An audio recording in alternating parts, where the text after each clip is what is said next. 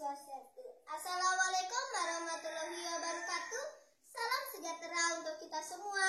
Shalom, namo buddhaya. Perkenalkan, nama saya Nimari Fani Riana Dewi. Saya dari SD Negeri 8 Benoa. Saya nomor undi 12.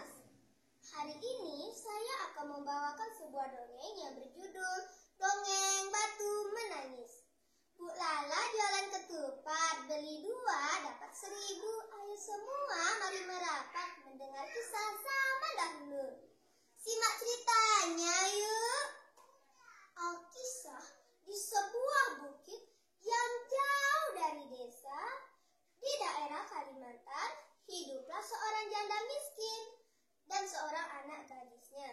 Anak gadis janda itu bernama Darmi. Rupanya sangat cantik jelita. Namun sayangnya ia mempunyai perilaku yang amat buruk.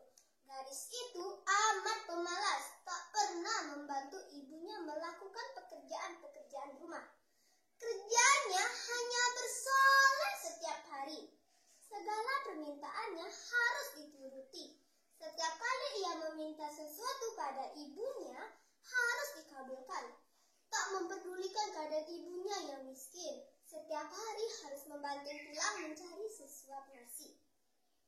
Suatu hari, seperti biasa, gadis itu mengurung dirinya di dalam kamarnya.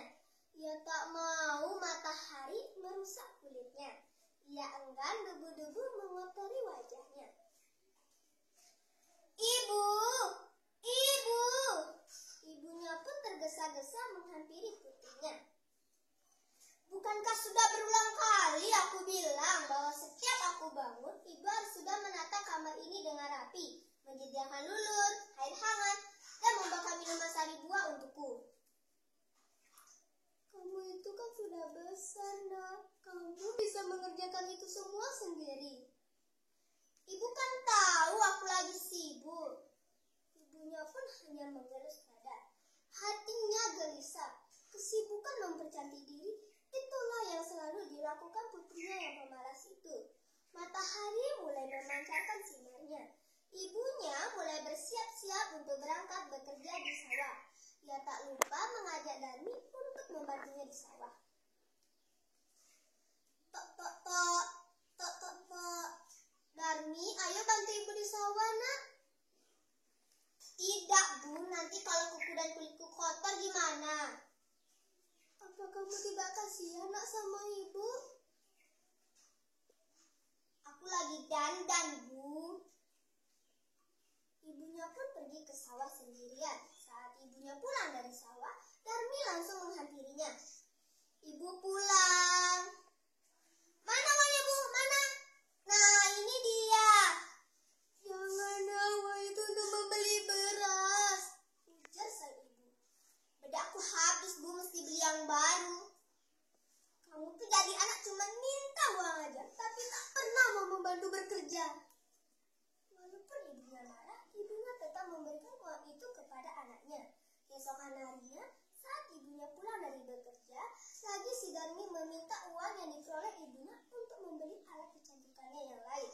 Kejadian itu terjadi setiap hari. Suatu hari, ibunya berusaha agar anaknya mau mengubah tabiat buruknya. Bu, mana uangnya? Coba kamu bantu ibu di sawah, nak. Apa sih? Ibu kan sudah tua, nak. Kalau ibu dipanggil Tuhan gimana? Ibu tak khawatir lagi. Engkau bisa mengurus dirimu sendiri. Kita itu kan orang miskin, nak. Kita harus bekerja untuk mencari makan. Siapa suruh jadi orang miskin? Lagi pula aku tidak mau minta kamu jadi ibuku. Ibunya pun merasa sedih mendengar ucapan yang terlontar dari anaknya itu. Baiklah anakku, ibu hanya memohon agar kamu tidak mengurung diri di rumah. Keluarlah, kenalilah lingkungan ini. Anaknya pun mau mendengarnya. Ia tak keberatan pergi kemanapun bersama ibunya. Tapi anaknya mengajukan sebuah syarat. Ibunya tidak diperbolehkan mengakui dia adalah ibunya di depan umum. Sebagai seorang ibu, pastilah hatinya teriris mendengar itu. Ibunya pun mau menyetujuinya. Hari berganti hari, Darmi diajak ibunya turun ke desa untuk berbelanja ke pasar. Saat di jalan, Darmi berjalan melenggak-lenggok dengan menggunakan pakaian yang bagus agar banyak pemuda mengagumi kecantikannya. Sedangkan ibunya berjalan dengan menggunakan pakaian yang lusuh. Saat sampai di desa, banyak para pemuda mengagumi kecantikan gadis itu. Salah satu pemuda datang menghampirinya. "Hai cantik, siapa yang berjalan di belakangmu itu? Apakah dia ibumu?" Bukan, dia itu bukan ibuku, dia itu budak." "Yakin dia itu bukan ibumu?" "Iya, dia itu bukan ibuku, lihat. Bajunya begitu lusuh. Tak mungkin dia sama dengan kaumku. Pergi sana."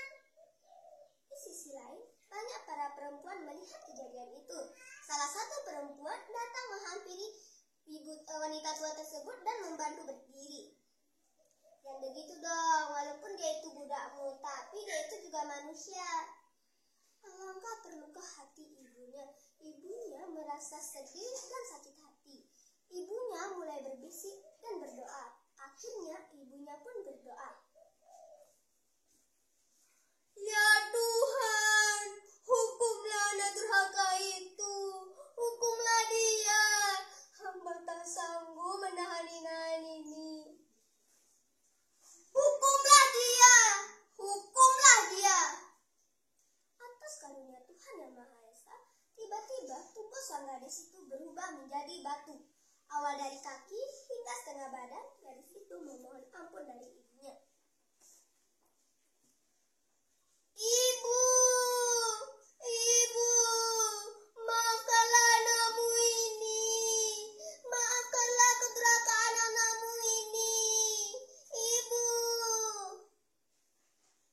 Tapi itu semua telah terlambat. Ibunya tidak bisa melakukan apapun. "Maafkan ibu, nak. Ibu." Seketika tubuh sang gadis itu berubah menjadi batu. Tapi orang-orang masih bisa melihat bahwa dia masih menitikkan kedua air mata seperti sedang menangis. Gadis yang diberi kutukan oleh ibunya itu disebut batu menangis.